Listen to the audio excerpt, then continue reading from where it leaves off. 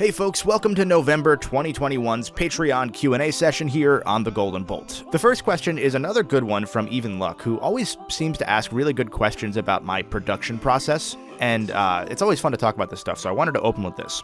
Evan's question is, if I can recall it, which video had the most content that ended up being left on the cutting room floor during the editing process? And at least for me, by the time I get to the editing process of a video, I'm pretty much close to locked in. Usually when I get to the script, once I'm done writing it, I send it across to a few of my buddies who will go and script supervise for it. So I tend to go in and script supervise for their scripts and make sure that they're on base. They'll do the same for me and make sure that there's no parts where the pacing gets really bogged down, or if I'm kind of losing the plot a little bit or whatever. By the time I'm getting to voiceover, there's not really all that much that I end up cutting. It might be a word or two here or there if I can't deliver that word the way that I want to, or, for example, the word particularly gave me a lot of trouble early on in my YouTube career, and so I would cut that out whenever I had trouble with it because, for whatever reason, the way that my mouth works, when I read that RLY, my mouth would do that little tongue click, and most people never hear that stuff, but when you read it into a microphone, it kind of comes out, and it makes it all disgusting and awful, and I hate it. So certain words like that I'll cut. There might be a line or two where I'm like, oh, well, that joke's not going to land because I can't deliver it well. But really not much gets cut. Same with the editing process, because by that point, I've already done the work. I'm going to find a way to make it work, unless there's a thing like, I don't know, if there's a video clip I forgot to get, I'll cut the line related to it if it's very important for that clip to be there. Otherwise, I'll just play another clip over it and no one notices anyway. There was a mouth click. You probably heard that one. That was that. That's what happens when you speak either really fast or a lot into a microphone. Your mouth clicks because you're trying to enunciate. Cool. It's a show and tell here on Patreon. The only video where I think I cut more than maybe one or two lines here or there was the Ratchet and Clank Tools of Destruction / Quest for Booty video, and that was just because it was a couple paragraphs that I felt didn't really add much to the video. I don't even remember what they were at this point, but it was stuff that I had already more or less said before, but I was trying to wrap up, so I was repeating them, and it didn't really need to be there, especially in a video that was already over 2 hours long. It was near the end of the editing timeline. I was like, no, I'm cutting you. I don't need you anymore. It'll save me like 40 minutes of work just to not have that there. So I cut that stuff out, and the video was, I think, a little better for it, because again, you would never notice it was gone.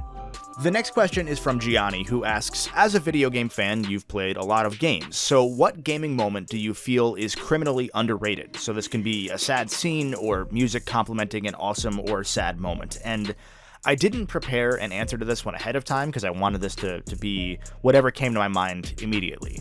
So the two that come to mind for me right away are in the ending of Crack in Time, as I said in that retrospective. I won't spoil it. You can watch my favorite line, probably in any game ever. It's at the end of the video, so you got to tune in for like 2 fucking hours. But hey, it might be worth it. I don't know.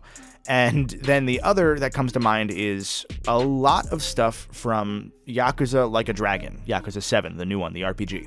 There are just so many moments that come to my mind immediately when I'm thinking of Yakuza 7, and they just play rapid fire through my head, like just flashing constantly as soon as I think about this game's story. I can't talk about any of them because they're all pretty spoilery, but there's a reason that Yakuza 7 won my Best Story of 2020 award for last year's Game of the Year awards thing I did, and it's because it sticks every landing -1, but that landing is really dumb, so it kind of still works. And Keiji Tang as Ichiban, his performance is so genuine. It's so well done, and it adds and enhances to everything that happens throughout that game. Like, this guy goes through so much shit, and he ends up still being such a compelling beacon of light character, and he earns that idea of being the chosen one Dragon Quest luminary hero more than most chosen one heroes ever do. It's just such a good time. The game's only $15 nowadays. It's on Game Pass if you have Game Pass. Just pick it up. You won't regret it. It's such a special game. So many special performances. It's so good. The next question is from Litlinks, who asks if Into the Nexus is going to get the same ultimate retrospective treatment that the other games have already gotten. And the answer to that, as many of you know, is yes. I'm going to cover every Ratchet & Clank game eventually. So my plan is that currently I'm working on, not my next video, but probably my video after that is going to be the Ratchet & Clank spin-off era. So the comics, All for One, and Full Frontal Assault. I have most of the work done on those already. It would just be down to writing it and recording it. That will probably be a December video if all goes very well, but I have to wait and see because it might fall back to January. I have a brand deal that might come up in December that I would rather not put on Ratchet and Clank. And so I have to plan around that now because, hey, we're in the brand deal era here, and it's fun to work around all that stuff and factor that into my schedule. And that's not sarcastic. It's genuinely fun to plan that out for me. And it helps that they're backing up a truck. So after that, I have Nexus slated for probably February because of another video that I'm going to talk about in just a second with the next question. All these videos, I do want to say, are going to be probably a good amount shorter than the main Ratchet & Clank retrospective saga, both because those take so long to make that I'm starting to burn out on them myself a little bit, and also because, more importantly, and more relevantly to these projects, there's not going to be as much to say. These are both shorter games with different things going on, and a lot of the staff that worked on these games now, starting after A Crack in Time, still work at Insomniac. Their attrition rate has been incredible ever since Crack in Time, because that was seemingly, to me at least, that was the breaking point. That was the point at which they said, we cannot keep doing this. They knew they couldn't before. Now they absolutely knew we have to stop. We have to take care better of our team. We can't always avoid crunch, but we can avoid burning out. And so, yeah, from here, they're going to get shorter. And I hope that that'll mean that they're a little bit more absorbable, because, man, these can get tough to watch for an hour and a half. Trust me, I know. And that brings me to my next, set of questions, which is from my good buddy Moriarty, who asks, his first question, more things should be popsicles. That's true. That's a good question. 2 is a question about whether Prince is the best singer or the best singer-songwriter. The best singer-songwriter is All Hail Buckets on Spotify. And 3rd is, when is Sly Cooper getting the Ratchet and Clank treatment? And he knows the answer to this. He's just messing with me, obviously. But the Sly Cooper series is one I already did back in 2019. Sly 1 was my first video I ever made, and then 3 years later, I redid that first video to do the rest of the Sly Cooper saga in a retrospective tetralogy. That might sound familiar because I also remade my Ratchet and Clank 1 and 2 videos before I then did Ratchet 3, so, that came full circle. I'm thinking about doing a Sly Cooper director's cut in January. I'm not sure if I'm going to re-record everything or if I might leave those videos as is and just lump them together, but I get this question a genuine dozen times every couple weeks. Is when are you doing Sly Cooper? When's the Sly Cooper video? So on and so forth, because I guess a lot of people don't check my backlog. So I'm thinking about putting them together in January because YouTube is weird in January, so you don't tend to want to put out a brand new video because they perform worse because the ad revenue is not there, and thus YouTube tends to promote the videos less. So there might be a Sly Cooper supercut video with some new information in there coming in January, depending on how that turns out. But if not, those videos are still online. They're still on my channel. You can watch all my Sly videos right now if you wanted to. Wait until I'm done, but then watch them. And then there's a whole string of questions here from a few people that are just kind of meme questions. So Harry Baker asks, why aren't you buying a Series X, for Sonic Unleashed? It's the best exclusive that the Xbox has. For those that don't know, Sonic Unleashed now, after 13 years, runs at 60 frames per second like it was supposed to, but only on the brand new Xbox Series X. So the only way to play that game the proper way is to spend $500. And as much as I would like to play that game properly, just to see what it's like, I'm not spending $500. His next question was, why are horses too big? You should ask that question to All Hail Buckets on Spotify. My good buddy Clay from Terminally Nerdy, great channel, go check him out too, asks, when is more Shrek and when is more Big the Cat? So Shrek was a thing I did back in the first couple years of my channel, where I did every October a series called Shrektober.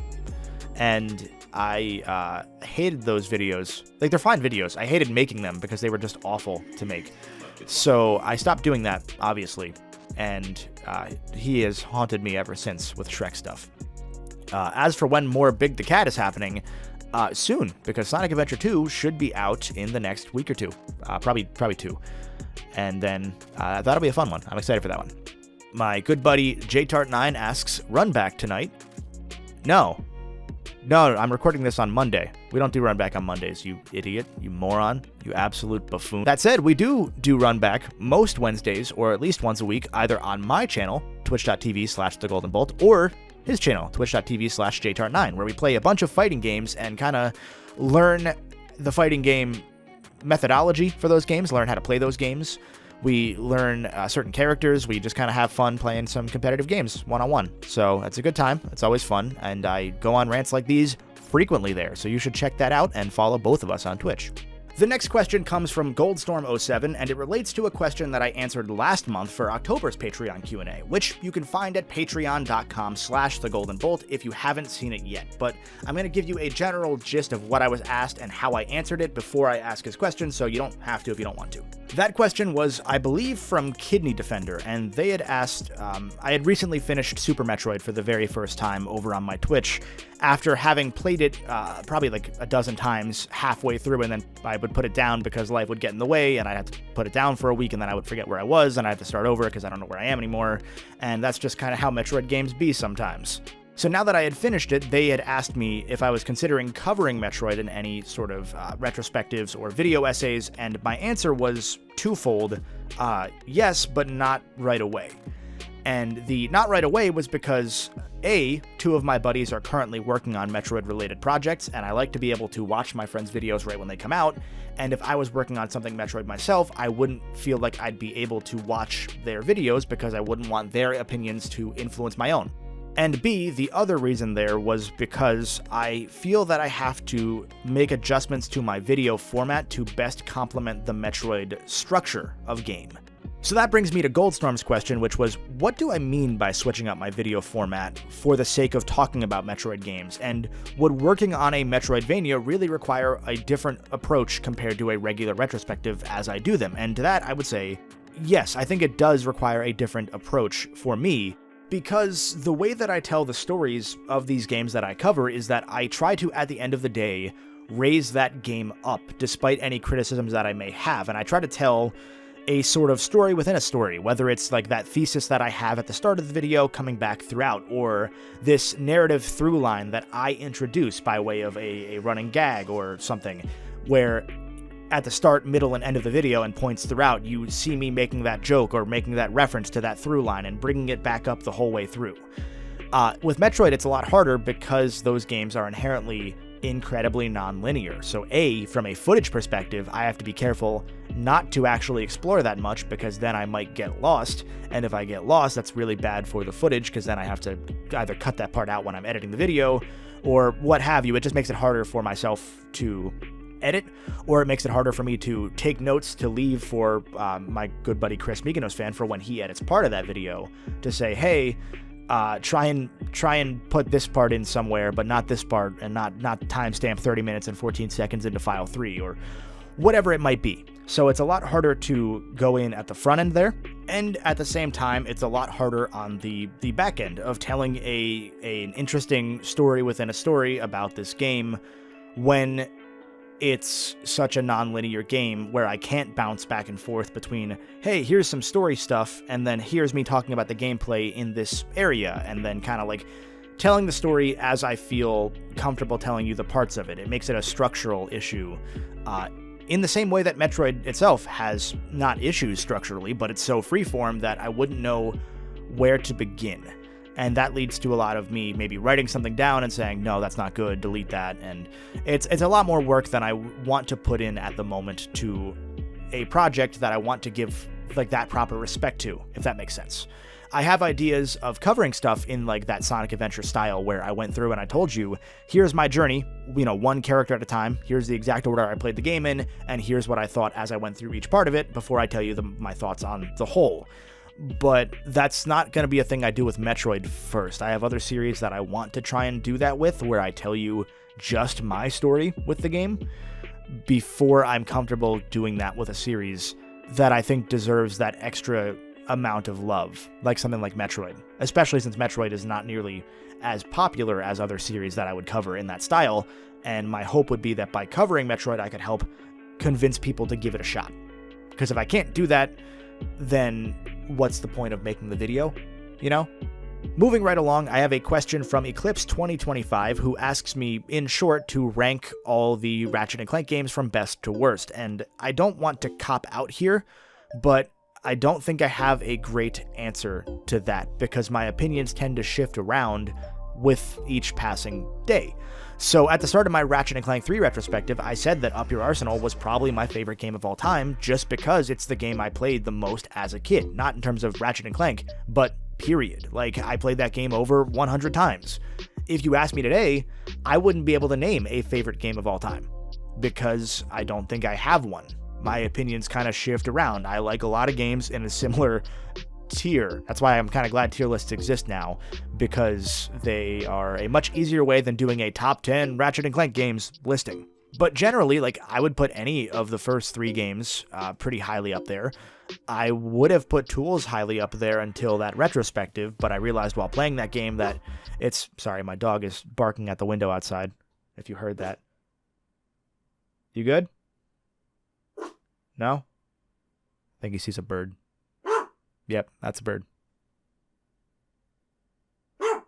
I forget where I was now, but the gist of it is that I don't think I can rate them all from best to worst. And even in a tier list format, it would move around a lot because I don't know, I feel like that's a very reductive way to talk about games to me. I don't like ranking them, I don't like tier listing them because...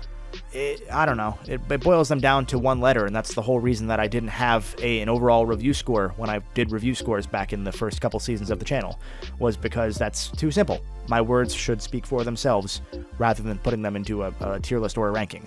Generally, though, I would put a lot of these games in like the B+ tier.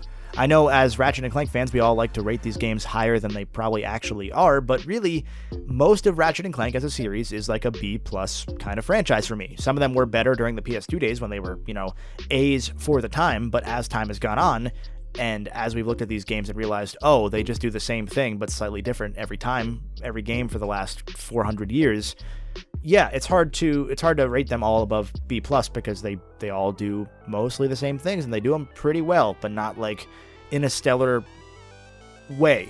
They don't really improve a ton from game to game. They're just kind of good after a certain point. So I think that like most of them would end up in B+, some of them would end up in B. The only one that I think would end up below B probably would be like, I don't know, maybe Size Matters. But again, I haven't played that in a long time, so I don't know. Even Full Frontal Assault, I think that game was cool for what it was, especially since it was a $20 game that gave you a $10 game for free when you bought it. I thought that was a really cool fan servicey game that the fans had asked for, and then the fans hated once they got it, because Ratchet fans are just Sonic fans. And I think that answers that question pretty well. I hope so. If not, blame my dog. But the final question I have for this month's Q&A was from Nathaniel Foga, who asks, favorite Ratchet & Clank side character? I didn't write anything down for this either, so I'm going to go off the top of my head here. I'm a big fan of Skid and his agent from Ratchet 1, specifically. Like, I like Ratchet 3 Skid as well. But there was something about that back and forth between him and his agent for only that, like, 1 minute cutscene that just really, it hits really well as a sort of set dressing for what Ratchet & Clank would become in the future. I always like that guy a lot. The agent, that is, and Skid in general is always amazing. I guess I'm a big fan of the Q-Force, but a lot of that's because that was the game I played the most as a kid, so I remember filling in a lot of the blanks myself, where when I play it as an adult, I'm like, oh yeah, it's cool. It's a lot of like really cool stuff, but it's not like as great as I would have remembered because I made stuff up in my head that made it even better than it was. Who else? I like Talwyn. I think Talwyn is really great, and I think she's gotten a bad deal as far as the hands she's been dealt have gone. I'd really like to see her come back and like get a proper chance to shine as a character in a story. But I know that doing that requires going deep into the Future Saga stuff, and you get very lost in the sauce when you do that because the Future Saga was kind of messy. So it's tough for her to get any good spotlight or get a win or anything of that sort. But I'll go with those. Those are the ones I'm going to name for now. I'll probably think of one as soon as I upload this video, so I might put it in the comments. And if you have questions of your own, you can ask them down in the comments, whether you're a patron or not. If you ask them, I will maybe answer them if it's a good question and I feel like answering it. No promises. But if you are a patron, there will be a new Patreon thread up in the next week or so as I put out the December Q&A stuff and get that covered for that month. So hopefully I answered everybody's questions to a satisfactory degree. I think I did. I don't think I missed anybody. So if I did, I'll get you next month. If you want to see a bunch of other like secondary videos like that, make sure to subscribe to this channel, The Golden Bolt 2. I put my stream archives here, and I'm going to upload occasional like side videos here, more off the cuff stuff that I couldn't really do on the main channel. So it'll be a fun time.